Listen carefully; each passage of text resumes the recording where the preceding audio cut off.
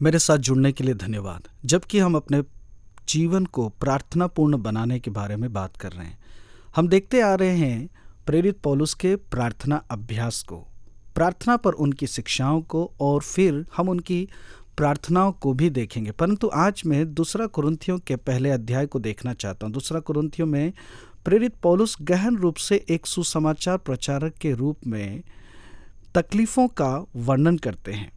पौलुस अपनी सेवकाई के दौरान लगभग पूरे समय तनाव से गुजरे हैं, और दूसरा कुरिन्थियों 1:3 से हम देखते हैं, हमारे प्रभु यीशु मसीह के परमेश्वर और पिता का धन्यवाद हो, जो दया का पिता और सब प्रकार की शांति का परमेश्वर है। वह हमारे सब क्लेशों में शांति देता है, ताकि हम उस शांति के कारण जो परमेश्वर हमें देता है उन्हें भी शांति दे सके जो किसी प्रकार के क्लेश में हैं। तो वे कुरिन्थियों को लिखना आरंभ करते हैं। परमेश्वर शांति देने वाले हैं उन्हें जो क्लेशों में होकर गुजर रहे हैं, और जैसे कि वह स्वयं भी क्लेशों में होकर गुजर रहे हैं, वे औरों की सहायता करने में समर्थ है। जैसा कि परमेश्वर से शांति पाने का उनका अनुभव है, वह औरों को भी जो उसी तरह के क्लेशों से गुजर रहे हैं वही शांति देने में समर्थ बनाता है। हमारे लिए यहाँ सबक यह है कि जब हम किसी कठिनाई से होकर गुजरते हैं और प्रभु की ओर मुड़ते हैं और उनके अनुग्रह को प्राप्त करते हैं, तब हम बहुत ही बेहतर तौर से उन्हें भी शांति दे सकते जो उसी तरह के क्लेशों से होकर गुजरते हैं। परंतु मैं आज इस बात पर ध्यान केंद्रित करना चाहूँगा जो कि दूसरा कुरिन्थियों 1:8 से 11 में लिखी हुई है। हे भाइयों, हम नहीं चाहते कि तुम हमारे उस क्लेश से अनजान रहो जो आसिया में हम पर पड़ा, कि ऐसे भारी बोझ से दब गए थे जो हमारी सामर्थ्य से बाहर था, यहाँ तक कि हम जीवन से भी हाथ धो बैठे थे। वरन हमने अपने मन में समझ लिया था कि हम पर मृत्यु की आज्ञा हो चुकी है, कि हम अपना भरोसा न रखें वरन परमेश्वर का जो मरे हुओं को जिलाता है।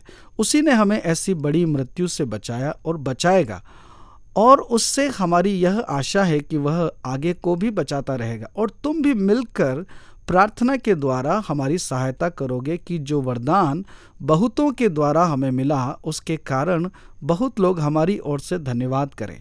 यहाँ प्रेरित पौलुस की बात पर ध्यान दीजिए। वे अपना आत्मविश्वास यहाँ पर प्रकट करते हैं कि परमेश्वर उन्हें छुटकारा देंगे, लेकिन देखिए वे कहते हैं कि परमेश्वर अपने लोगों की प्रार्थना का उपयोग करेंगे उस छुटकारे को फिर से पाने के लिए। और वे कहते हैं कि तुम प्रार्थना के द्वारा हमारी सहायता करो।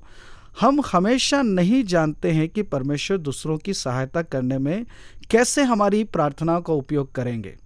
केवल परमेश्वर ही जानते हैं। मध्यस्थता की प्रार्थना के परिणाम स्वरूप किस तरह के खतरों से लोगों को छुपा कर और बचा कर रखा गया है। मैं ऐसा अनुमान लगाता हूं कि प्रार्थना के द्वारा ऐसा बहुत कुछ किया जा सकता है जिसे हम इस जीवन में शायद ही कभी जान पाएंगे। परंतु यह बात इस बात को बहुत ही स्पष्ट कर देती है कि प्रार्थना दूसरों के जीवन में और उनके द्वारा परमेश्वर का काम करने में बहुत बड़ी भूमिका निभाती है, विशेष तौर से उनमें जो सुसमाचार प्रचार का काम करने के कारण क्लेशों को सह रहे हैं, जहां सताव बहुत बड़ी मात्रा में हो रहा है। प्रार्थना को भागीदारी के रूप में देखा जाना चाहिए। पौलुस भी जब कहते हैं प्रार्थना के द्वारा हमारी सहायता करो, तब वे कहते हैं कि तुम भी हमारी सेवकाई में सहभागी हो। हम तुम्हारे बिना इसे नहीं कर सकते हैं। तुम्हें प्रार्थना में हमारी सहायता करनी चाहिए। फिर वे पद 11 में लिखते हैं, और तुम भी मिलकर प्रार्थना के द्वारा हमारी सहायता करोगे कि जो वरदान बहुतों के द्वारा हमें मिला, उसके कारण बहुत लोग हमारी ओर से धन्यवाद करें। यह हमारे लिए एक स्मरण दिलाने वाली बात है कि जो लोग यहाँ और सारे संसार में सुसमाचार को फैला रहे हैं, उनके साथ प्रार्थना में हमारी सहभागिता बहुमूल्य है। क्या आप मेरे साथ शामिल होंगे जबकि आज हम इस बात के लिए प्रार्थना करते हैं?